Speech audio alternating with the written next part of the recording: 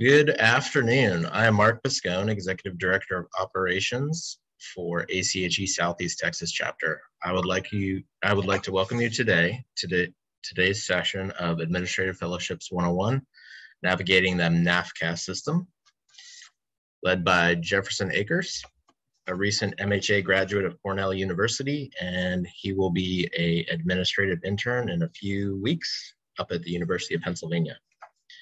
We would like to thank our chapter strategic partners for their support of this program and other educational events.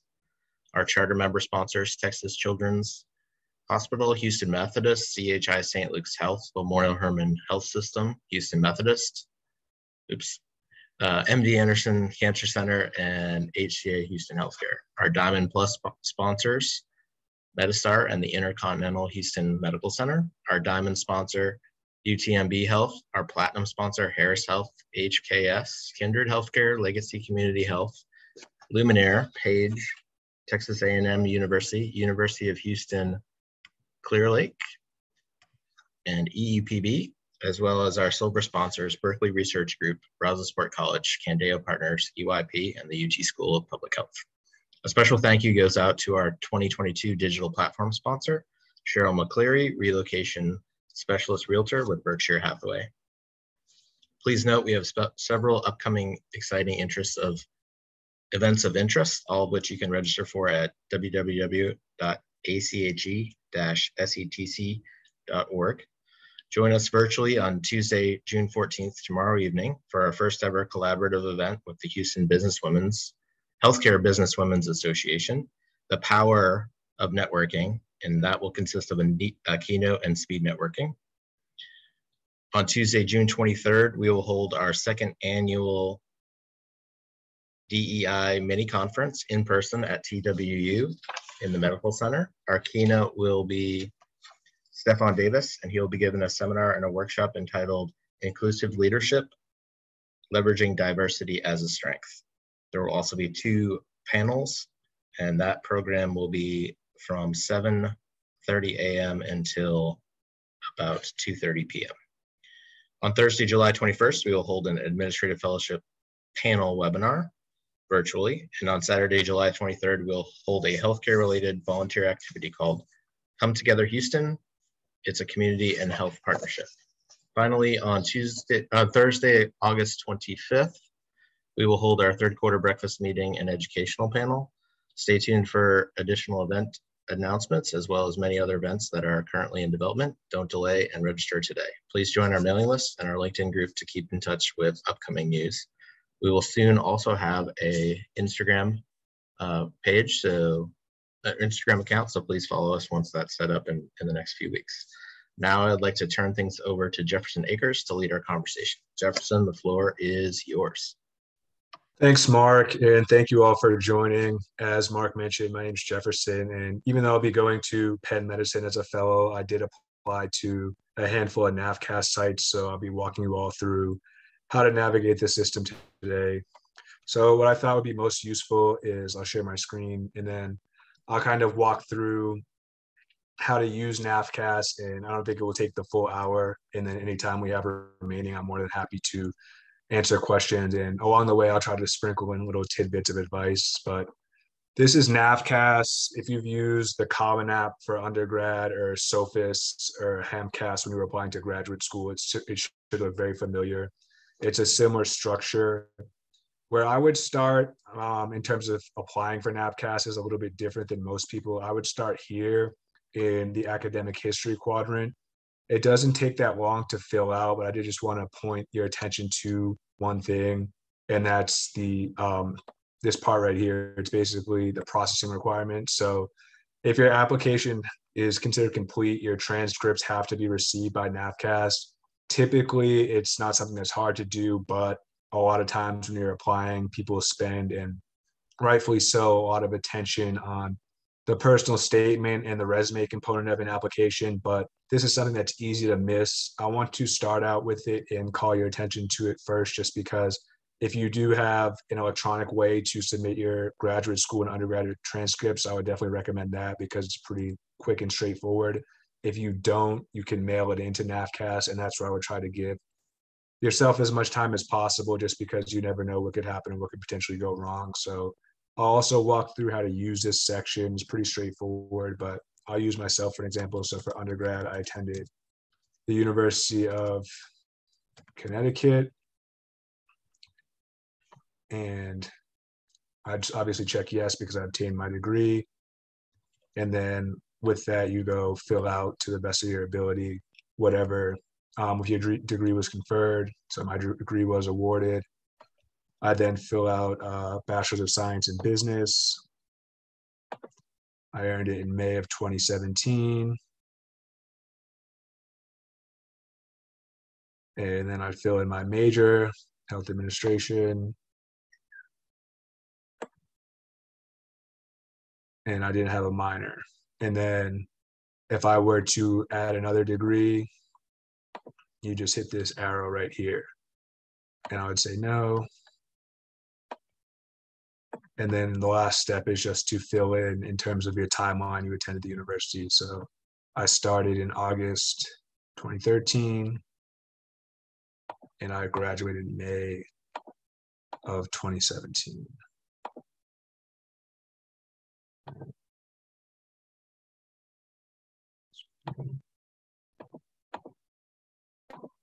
I'd save that. And then you just go through a similar process to add. If you were a transfer student, you transferred to another school in undergrad, you go through the same steps, and then you'd also follow the same process to add your grad program. The only difference would be that when you're checking those boxes, your degree would still be in progress. So that's just something to keep in mind there. But again, the big takeaway as far as college attendance is just make sure you get your transcript submitted either electronically or by mail in a timely manner, because it can slow up your application and be an impediment to your application being considered complete. Once that was completed, and you'll see here, NAFCAS will let you know when the section is done. I would go to program materials personally. The reason being is because this is where you find all the personal statements and prompts that you have to respond to for whatever site you're applying to as a potential fellow. And so the faster you figure out where you're going to apply, the more time you'll have to think through what you want to include in your personal statements. So I'll show you how to add a program next. So one thing just to point out, some sites are moving away from NAFCAS, but something that happened last year is a few sites added themselves to NAFCAS later. So I know NAFCAS opened about 4 days ago on the 9th. So I'm assuming there will be more programs here before the deadline in October. But basically all you do, and I'll actually talk through the filters first. So if you didn't know where you want to apply, there's some criteria you can use here to filter out programs. So to get here, I just click the blue filters button, but you can filter them by program length. Some people prefer a 1 year, some people prefer a longer program. Whatever you prefer from a time standpoint, you can use to filter out programs. So I'll just run through that really quick. I'll check a couple boxes. And then you can go by region.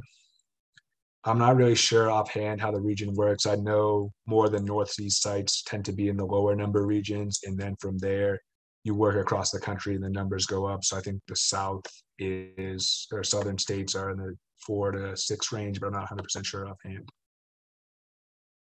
And so it looks like they're not available yet. And then you can also filter by city, as you see here, and state. And then whenever you're done, you can close, and any program that fits your criteria will be here again. These are the only programs that are available that fit the criteria now. More sites will start to add them as they become available, but for now, we'll just do NYU Langone. And I'll add that to my list of sites and hit continue. And now, this is something that you should just be aware of. The NAFCAS sites do charge money. The fees are usually around $25 to $40. So just something to be aware of, because it does add up if most of the sites you're applying to are on NAFCAS. And then when you hit continue to my application, it will go bring you back to the home page, and you can go to program materials. So this is kind of what I was referring to, and why I would advise you to add your program sites first, because every program site is structured pretty similarly. You have an overview of the system and their fellowship program on one tab. And then here is where you'd want to focus most of your time. The documents and questions. The questions are just yes or no. So if you're in a CAMI certified program, you'd hit yes, obviously. If your program requires residency, you'd hit yes, and so on and so forth. It's pretty straightforward. This is just a demographic and racial identifier. And then, excuse me, this is where you have to fill in all this info. And should be good. Save that. You can save that, and then you go to documents. This is where a lot of times you'll see the prompts and what is going to have to be the subject of your personal statements or cover letters. So the reason why I suggested starting here once you fill out your academic history is because you'll give yourself as much time as possible to kind of brainstorm and plan for what you want to talk about in your personal statement. And a lot of times from an applicant standpoint, the personal statement is going to be what gets your foot in the door and helps you advance the interview round. So the more time you have to really gather your thoughts and brainstorm effectively, the better it will be in terms of the final product you submit. And then once those are done, and just another piece of advice, what I did is work on all my personal statements. So you can see here on a Google Drive. One, they're pretty easy to keep track of and you don't have to worry about losing them. And then when it's time, you can just copy and paste them into a Word document. And if you have somebody who's working with you, you can obviously add them to the document and they can review your documents in real time and leave comments so you can turn feedback quicker. But that's just a personal preference. You guys can obviously do whatever you feel more comfortable with. And then once the section is complete and you've submitted the required documents, it will obviously be checked off in green for however many programs you choose to include in your application list. The last two sections are the personal information and supporting information sections. For supporting information, it's very straightforward. You just create a recommendation request for your recommenders. So you'd obviously fill in their name, email, their due date, and send them a personal message. This part right here, I waive my right of access, is just saying you won't be able, if you waive your right to access the recommendation, you won't be able to review it on NAFCAS. You can talk to your professors or your preceptors about potentially reviewing it before they submit, but once it's added to NAFCAS, you won't be able to see it. And then please be sure to check these two boxes here, giving them permission to contact your recommender, and for both the school and the preceptor recommendation, just because the sites you're applying to, they may follow up or reach out to whoever your recommenders are personally to verify some things in their letter. A big piece of advice here, just because you fill out this section and it's complete, it doesn't necessarily mean you're done, especially with the academic references, because a lot of students will ask their program director for a letter, but just be mindful of the fact that even though you submit the request, they're going to get multiple requests from different students. So it's always a good practice to kind of follow up and try to keep in touch with whoever's writing your letter to make sure that this is top of mind and they're getting your recommendation in a timely manner. And then again, once the supporting information is received by NAFCAS, they'll also email you, but this will be full and checked off. And then the last section before we open the floor to any other questions is just about personal information. So the first thing you're required to do is the release statement. So basically you're giving NAFCAS the ability to, and the sites to review all of your application materials, and you're giving the hey. This is something I'm not, in full transparency, 100% familiar with because Penn was a NAFCAS site, but from how I understand it, you can only hold one offer at a time from a NAFCAS site. You have to be in communication and iteration with them as far as your decision. So if you don't accept that offer, then they can move on to another candidate. And also be very mindful of the deadline, because once October 7th comes, everything will lock and you won't be able to submit anything after 11:59 Eastern. So just be very mindful of that. And you just check yes, you indicate your understanding, and you check the pre-submission release of info, just so again, NAFCAS will be able to disseminate all your application materials and your information to the sites. And you hit save and continue, and you go to the next session. You'd fill in your name, and first name, last name should already be a given from signing up for a NAFCAS account. If you're married or whatever, and you have materials under a different name, you obviously check yes, otherwise no. You fill out this demographic info quickly, and then move on to the next section.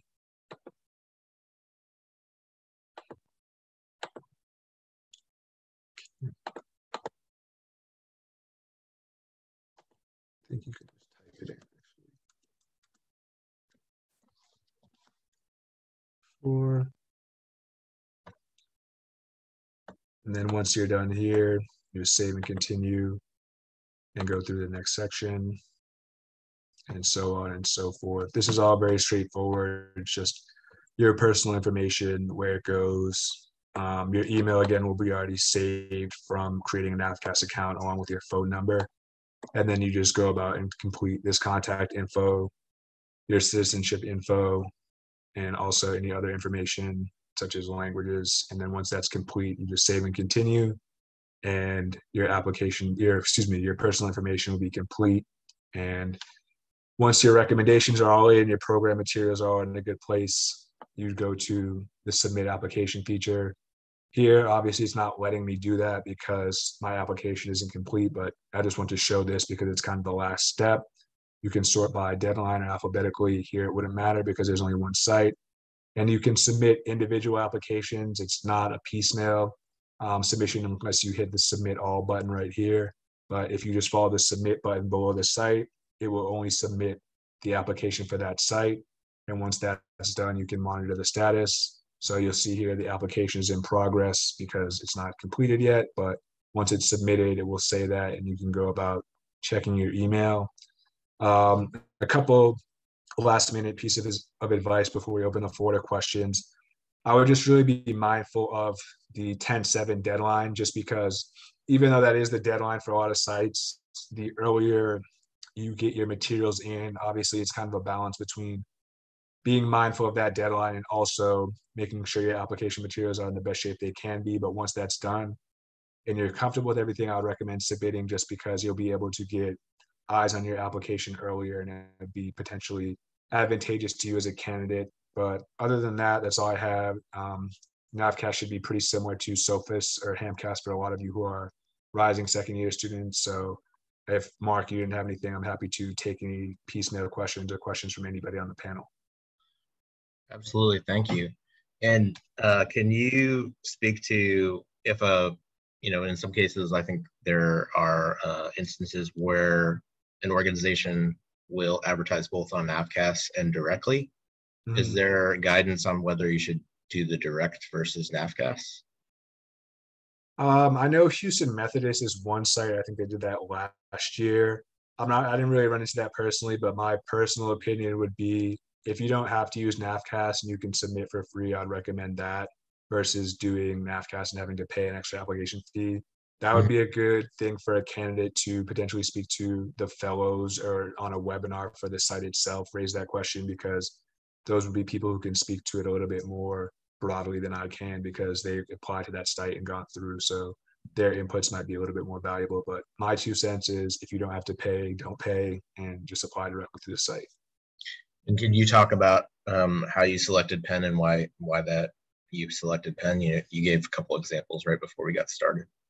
Sure. So for me personally, I'm from Massachusetts originally, and I interned last summer in Arizona at Mayo Clinic, and I did really enjoy my time there and learn a lot. But being that far from home for the summer kind of showed me I want to be back on the East Coast for full-time opportunities. So when I was looking for fellowships, I looked a lot in New England, particularly Massachusetts and Connecticut, the tri-state area. And then I think the furthest site I applied to from where I'm from, Massachusetts, was Northwestern, which is in Chicago. But other than that, all my sites were on the East Coast. So location did play a factor. Another thing that was a big takeaway of mine from my internship at Mayo Clinic was just the importance of managing people in health administration. So I want to go to a program that had the interim management component, which Penn had. So that was another big value add to me. And then the last thing was, even though the fellowship at Penn is up to 2 years, it's not rotation based. I have a lot of say over what type of projects I'll be staffed on. So the flexibility was another thing that really drew me to Penn as well. And then going through the interview process, everybody was very friendly, and they seemed like people that would be willing to teach me and people I'd want to learn under. And Penn is a very big system itself. It has the academic medicine component downtown, but there are also community health and ambulatory settings all throughout the system. So from my perspective as an early careerist and kind of an administrative learner, it was also a good opportunity to see everything. And as my interest started to bubble toward the top, I felt like there would be more opportunity for me to pursue those as I advanced in my career. Do you have a sense of what percentage are on NAFCAS versus individual? Is it 50-50, or do you have any idea like what percentage of the fellowships get on NAFCAS versus not? For me, in my like application, it was around 50-50, maybe 60-40, six NAFCAS, four non.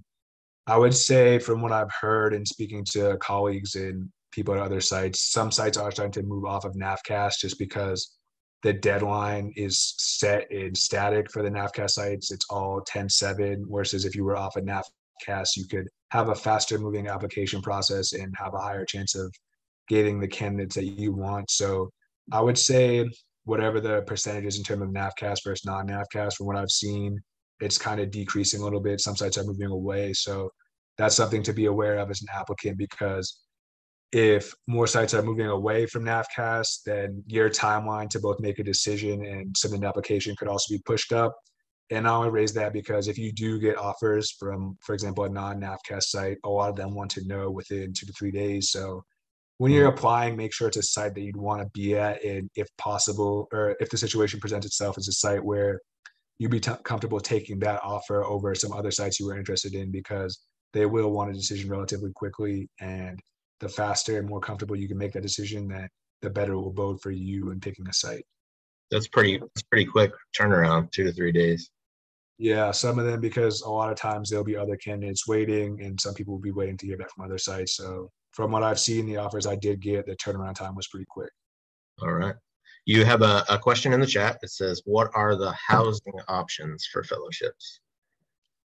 I think it's from Cheryl. Are you referring to housing as far as where you're going to live, or does do fellowship sponsor housing? Both of those questions. You mentioned you did something over the summer, and if for shorter and longer term, if you could address that, please. Yeah, so I know in my experience, I use Mayo Clinic as an example. They offer relocation assistance for housing, and Penn does too. The dollar amount will be relatively different based on where you're looking. Some sites will offer more money, some sites will offer less money, but that's one of the biggest and most common things I've seen. It will vary site by site. That's a good question to ask as you go through the webinar part and interview process. But what I've commonly seen is some sites will put you in contact with a realtor. Some sites will offer a set amount of relocation assistance that's most likely going to come in one of your earlier paychecks. So you're basically, as long as you keep the receipts and are within the amount of money they offer you, you'll be reimbursed for whatever that is for moving. So if you have to ship a car or put a security deposit down on an apartment or pay a realtor, whatever the case is, most sites will reimburse you, but that's something I would definitely try to clarify up front with them before you apply.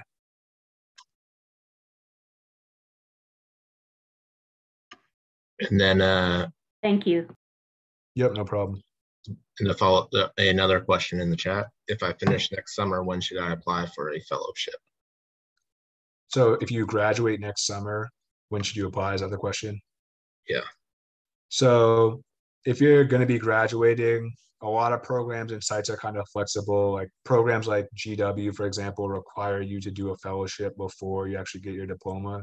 So if you're graduating next summer, like most MHA students, I would definitely recommend, if you feel ready, applying for this cycle. So this cycle meaning for the NAFCAS sites by 10/7, if you apply by October 7th of 2022, you potentially start a fellowship in the summer of 2023. So it'll line up well with your graduation if you feel ready for it. Some people I've seen do, they've worked elsewhere for a year and then apply for the next cycle. But if you feel ready for it and that's something that you want to do, in my opinion, there's no real point in delaying the inevitable. And I would just recommend applying for this current cycle. Then you have a question. What point in your resume is most important in terms of fellowships, such as internships, leadership, etc.? I would say the work experience is very important. Some MHA students come straight from undergrad, so it's not necessarily about having that much, but the bullets on your resume are basically talking points in your interview. When I say talking points, they're usually the support that you give to answer a behavioral question. So the more you can show in those bullets, your ability to lead, how you function as a member of a team, your analytical skills, wherever you made a tangible impact, tangible being like a quantitative impact, for example, a 25% reduction in some type of budgeting project. Those are the big important things that I would say. But as far as resume, leadership is important, but most resume structures have the work experience at the top, and that's the first thing a lot of people who are reviewing your application are going to see. And so I would say that work experience and how you speak to that in terms of the bullets you put on the resume is the most important thing. I think those are good tips. You hear that for getting jobs also, is having quantitative measures and being able to speak to them in detail. We have another timing question. What about for those that graduate in December, say December 2021, do they qualify for the administrative fellowship cycle that's following that?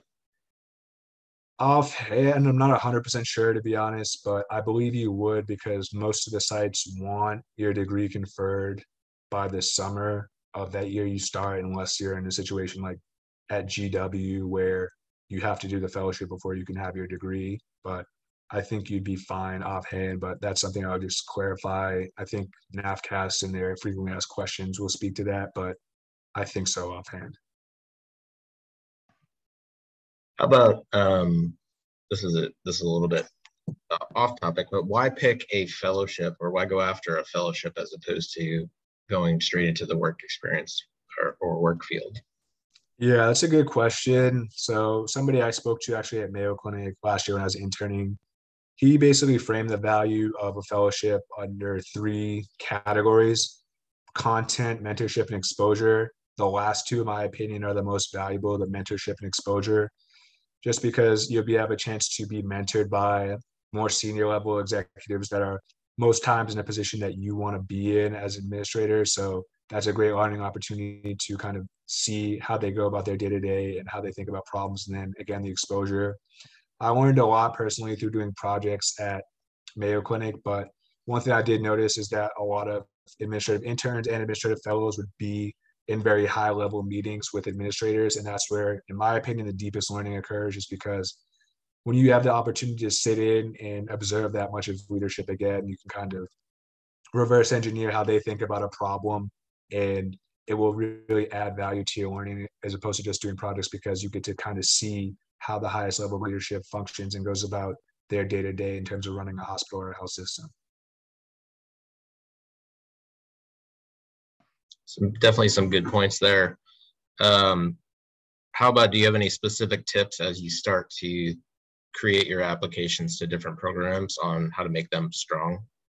Sure. So one thing I would definitely say you shouldn't do is have a generic personal statement for every site, because the fellows review, in some cases, hundreds of applications. And if it's generic and not really tailored to the site, you're probably going to be very unlikely to advance the interview round. So one thing I would definitely do before you start writing your personal statement is figure out where you want to apply. Look at the structure of the program, the outcomes of previous fellows, and how that aligns with what you want to do career-wise. And then also look at the organization's mission, vision, values, make sure that's in alignment with you culturally. And then once you establish that in combination with where you want to be location-wise, start to really look at their mission, vision, values, how it aligns with you, and tailor your personal statement to that.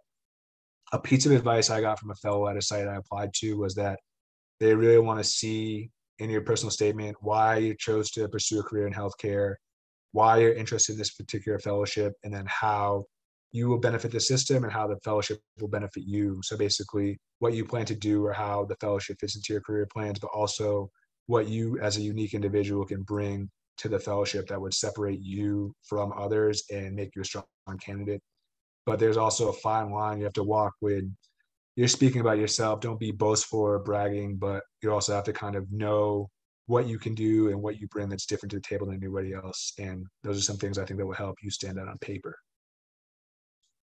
What about trying to identify and reach out to the current fellows? Is that a recommended practice?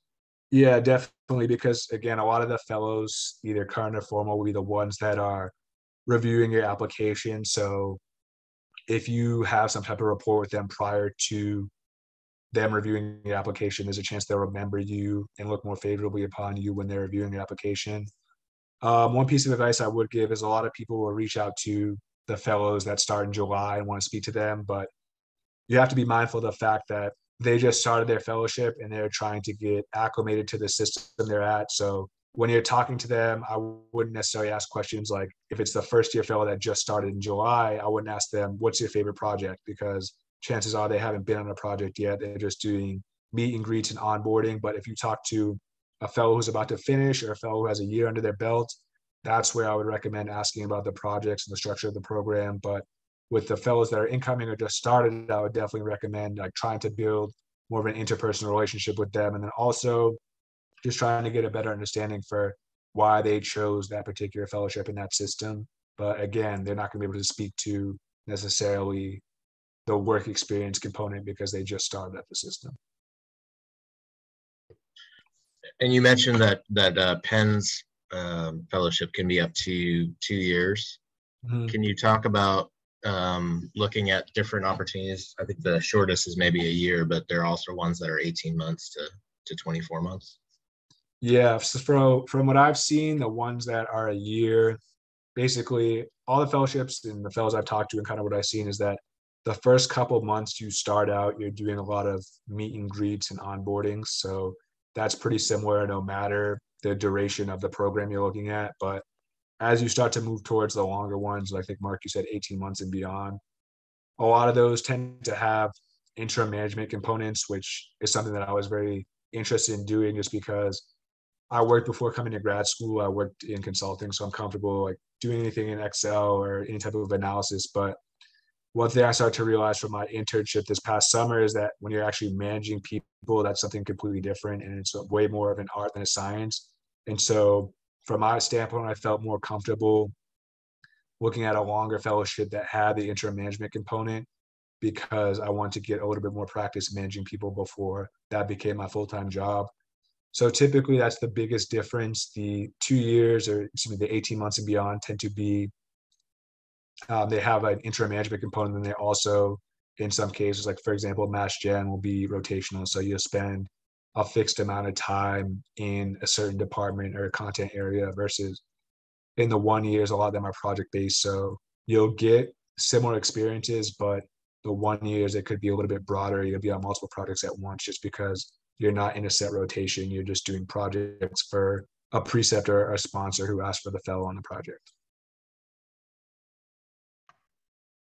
How about what to expect? I know this is early on your experience, but what to expect after your fellowship or as your fellowship is wrapping up? Sure. So with the 1 years, I think the timeline is a little bit faster as far as trying to find a full-time position in the system. So if you start in July, let's say, you'll be looking at maybe April and May as the time where you really start recruiting heavily for positions in the system, maybe a little bit earlier. And I know some sites kind of facilitate that whole process at the halfway point of the fellowship, but for a longer lasting fellowship, so again, over 18 months, typically you'll be finishing up your interim management rotation. If the position hasn't been filled, there's a possibility you could slide into it.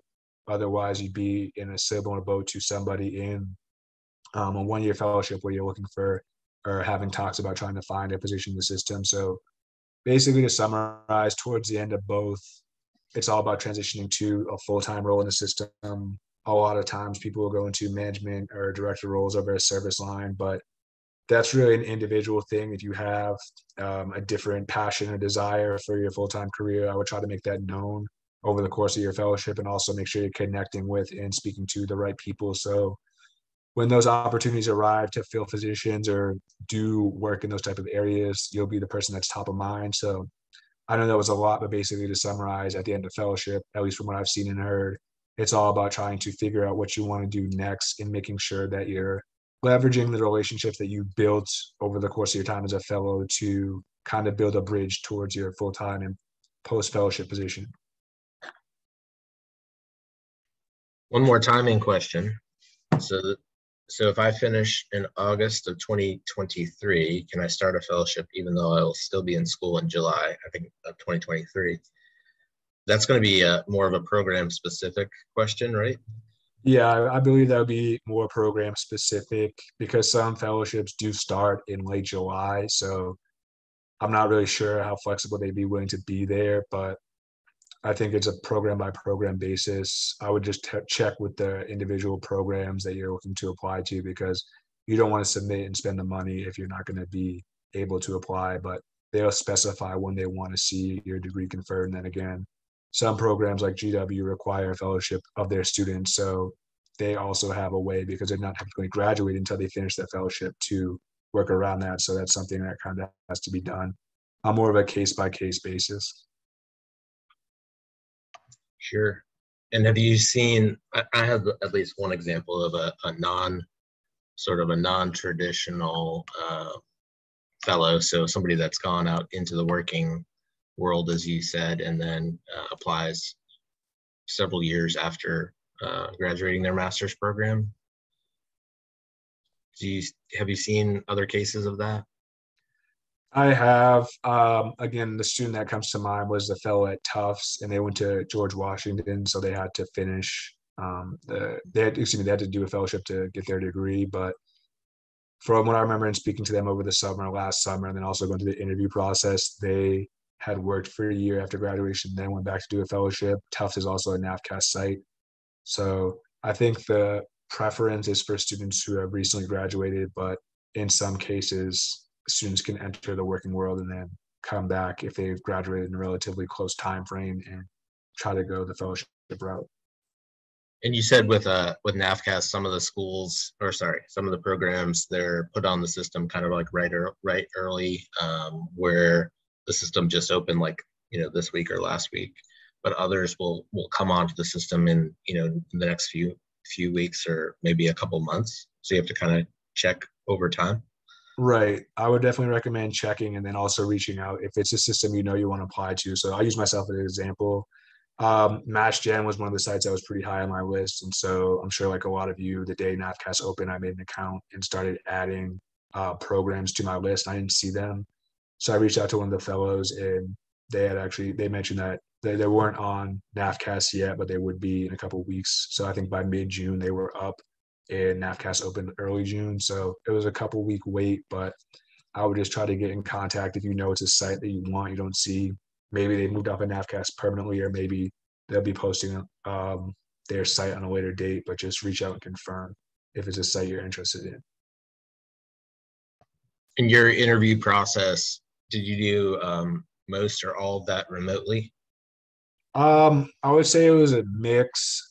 So there were some sites I made it to the interview round that were NAFCAS sites, but I had accepted Penn, so I had to decline. But some sites that were non-NAFCAS I made to the final of. They were in person and in person and on site. So it really depends. This was also coming off of the summer of the Delta variant.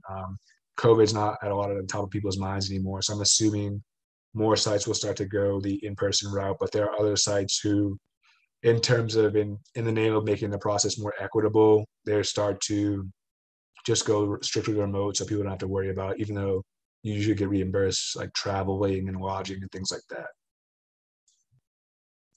Do you have advice for how many to apply to? Did you have a safety administrative fellowship program? So that's a good question. Some people do have safety programs. I don't really think of it as a safety program. Like there are some sites that are like extremely competitive. Like I know Penn gets a lot of applicants. Johns Hopkins gets a lot. Cleveland Clinic, MassGen, like those sites are very, very competitive. But how I looked at it is, where did I want to be geographically? And then from that, narrowing that down, I tried to get 8 to 10 sites, because it's a good balance. You want to apply to enough sites to give yourself a chance, because fellowship recruiting can be competitive, but you're also going to be students doing school Monday through Friday, and you might randomly get an email to interview at a site in a couple of days with a few days notice. So you want to apply to enough sites to where you give yourself a good chance and you're competitive, but you also don't want to apply to too many where you spread yourself too thin, because the whole process moves relatively quickly. If the site will reach out, they'll try to schedule an interview. I'd say the week is the most amount of time I've had to prepare for an interview. So they move relatively fast. So just keep that in mind when you're picking the amount of sites you want to apply to. To speak to your question, Mark, I didn't necessarily think of it as a safety fellowship, like a particular site. I just tried to apply to the right number, which in my opinion is 8 to 10, where I wouldn't spread myself too thin, but I would give myself enough chances to be competitive as an applicant. Do you have some advice for the actual interviews themselves, how to present as a professional and successful candidate? Yeah, so when you're on site, it's a little bit different than remote, which is what a lot of you are probably used to because of the past 2 years we've been in. But in the on sites, I would definitely recommend trying to just be personable and talk to everybody. A lot of times, even though they don't necessarily say it, potential preceptors or the fellowship selection community will not only pay attention to how they interact with you, but how you interact with others. So if there are other candidates there at the dinner or you're waiting in reception area with them, try to be friendly and speak to them. But when you go on site, it's also important because that's when you really get to know people to kind of evaluate them as much as they're evaluating you. I wouldn't try to force anything in terms of interacting with anybody, just act natural. And if you guys connect and mesh well, that's a good sign that the site might be for you. But don't put too much pressure on yourself when you're in the in-person. It's really at that point, they think you're a great candidate and they could see you as a fellow. It's more so about personal fit and how you connect with the people on the panel at that point. So I wouldn't necessarily look at it when you're at like a dinner, for example, as a really formal thing. Just be personable, be professional, and try to connect with them. And then when you go through the interview the next day, just try to be sharp and on point and finish strong. But a lot of times, this is just my opinion, but that decision is really made at the dinner or the social event the night before. Yeah, and I would add definitely be enthusiastic and smile. So some folks forget to smile and breathe, and that definitely will create a memory. All right, guys. Other questions for Jeff? I also just put my email in the chat. If anybody wants to reach out or speak more informally, I'm happy to do that. You have a point from Sandy Murdoch. Just want to emphasize an earlier point when you're asking for recommendation letters, please allow several weeks notice. Chances are you're not the only student that's asking that person for a letter. I complete them on a first come, first served basis and do turn down some requests because of short notice. Good point. Make sure you're giving your recommenders enough time to write your letters for you. And how many, do you typically have two recommenders per application? Jefferson? So NAFCAS requires 3, 1 academic, 1 professional, and then the third one can be either or. I would definitely recommend getting one from your most recent preceptor. I'm assuming everyone who's potentially applying on the call is doing an internship right now. So I would recommend that. And a lot of times that first academic for NAFCAS has to be a program director. So, and then the last one, it can be, again, either professional or academic. So at that point, the third one is almost like a wild card. It's really about who can speak to how you would be as a candidate and how you are as a professional and student the best. So just be kind of thoughtful about who you pick for that third one. Do you try to pick a third one that maybe is a graduate out of that program? Is that something to look for maybe? I'm not really sure. I haven't heard that. So I'll use myself as an example. I use my program director, Julie Carmalt, my preceptor at Mayo Clinic. And then the last one was another one of my professors at Cornell who I TA'd for, and I was the head TA for his class. So he could talk a lot about how I was as a student, but also about how I work with people on a day-to-day, how I do in terms of staying organized, how I deal with conflict. So again, it's like more so about who can speak to the best, the big competencies, teamwork, analytical skills, problem solving, conflict resolution that a potential fellowship site might want to see out of you. Thanks. Here's a question from the chat. As an administrative fellow, I think this will be more for will you be active in a local chapter of ACHE? So I plan to be actually I've been in the ACHE Massachusetts chapter because that's where I'm from. I was actually in the mentorship program that wrapped up in April, but once I move, I plan to get more involved with the Pennsylvania. I think it's either Pennsylvania or Delaware Valley chapter, but whatever is closest to Philadelphia is where I plan on getting more involved with. But even as a student, I'd recommend staying involved with organizations like ACHE because they do give a lot of valuable webinars and networking opportunities. And also it's a good opportunity to get mentorship because even though we like to think it, nobody really makes it on their own. So if you can get involved in the ACHE mentorship program or anything else they have to offer early careerists, it'd be to your advantage because it kind of supplements what you learn in the classroom with actual practical skills and experience. And for our chapter, we offer mentorship for students. National no longer does that, or it might be on hiatus. So definitely take advantage of that. That's part of your membership. And we provide also for our chapter scholarships. And I know a lot of other chapters do something similar for students in their catchment area. So that's another thing to get involved and apply to their scholarships, because that's generally unrestricted funds. One more question. If the program only requires, say, 2 letters of recommendation, is it appropriate to send more than 2 letters of recommendation? If they specifically say 2 is a requirement, and if it's not something like that's more fluid, like up to 2, I would definitely err on the side of only doing 2, because a lot of times you have to remember that these places are reviewing hundreds and hundreds of applications. So if you don't follow the directions to a T in what they're requiring for application materials, they might not even review your application at all. So really just try to be mindful of the fact that following directions and just doing the little things is actually going to yield very significant results, because it's going to make sure you don't potentially get dinged or not reviewed for something that might seem like a small thing, but in reality, it's actually a pretty big thing. So if they're only asking for 2, I would give them 2, because you don't want to burn them out by having them review another application or another letter when they don't really want to. Do you have any advice for non-traditional applicants who practice medicine, RN, PharmD, MD, and will be applying post their MBA, MS degree achievement? Yeah, I would definitely say that gives you an opportunity to stand out, because a lot of applicants are more so on the business or operational side of health administration. So however you can speak to like dealing with clinicians and administrators and how you've been more well-versed as far as relating to them is a really big differentiator to you, because a lot of what administrators do and a lot of systems from a leadership standpoint have like some type of partnership model where the clinicians and the administrators will interact a lot. So you being able to speak the clinician's language and really understand what's going on will kind of help you stand out.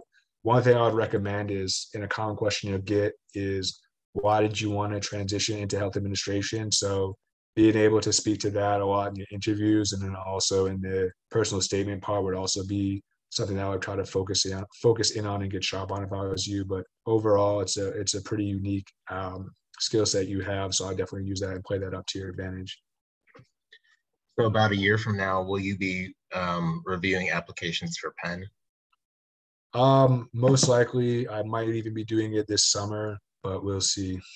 Oh, wow. All right. Yeah. If you're interested in Penn, definitely reach out to Jefferson. Yeah, like I said, my email's in the chat. If you have any other questions, I'm happy to talk more informally. All right, I'm pretty much out of questions, so I'm relying on all of you. There's 38 other folks in the chat on this call. This is your opportunity, other than July 21st when we do the Administrative Fellows panel, or if you reach out to other administrative fellows. So take advantage of this time and ask away, because we have about 10 minutes left.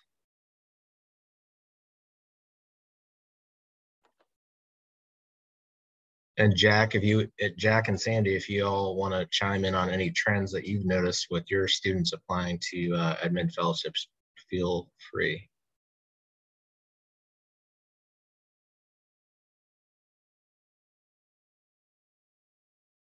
Mark, this is Jack. Thanks for the invitation. I think Jefferson nailed it. Really look at where you want to go. Why do you want to be there?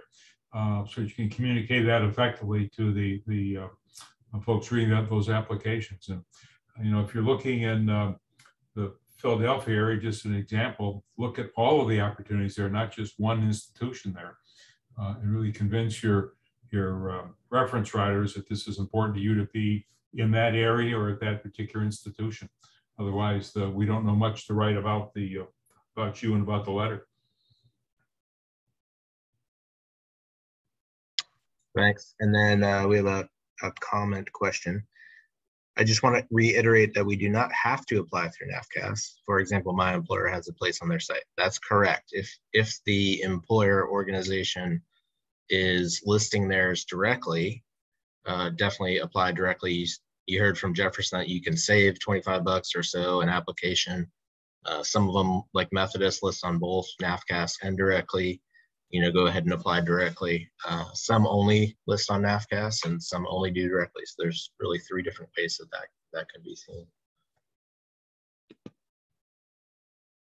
And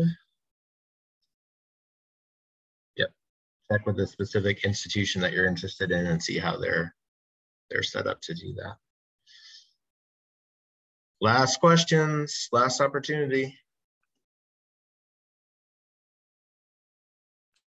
If there were any more questions, I would just give like one final piece of advice. And I know NAFCAS just opened a few days ago, and it seems like you have a lot of time, which you do right now, but I would definitely recommend taking advantage of it and putting it to good use.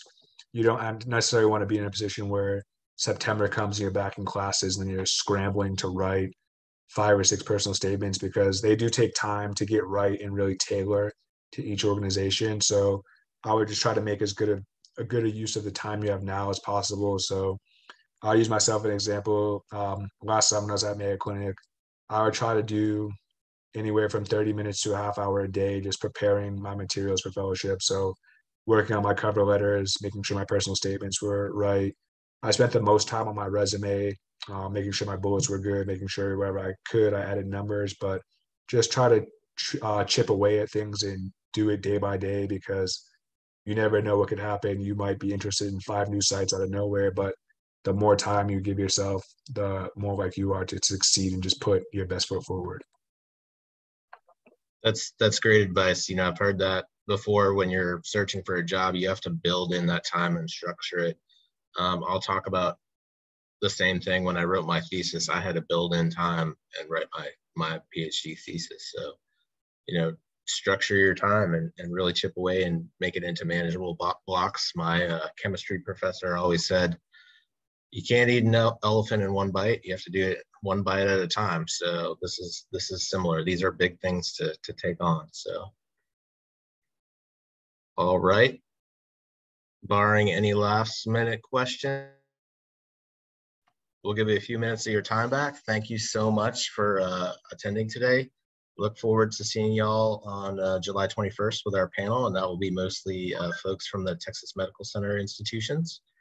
And thank you so much to Jefferson for his time and expertise and advice. Take care, and we'll see y'all soon. Jefferson, Mark, thank y'all. Yep, thank you all for coming.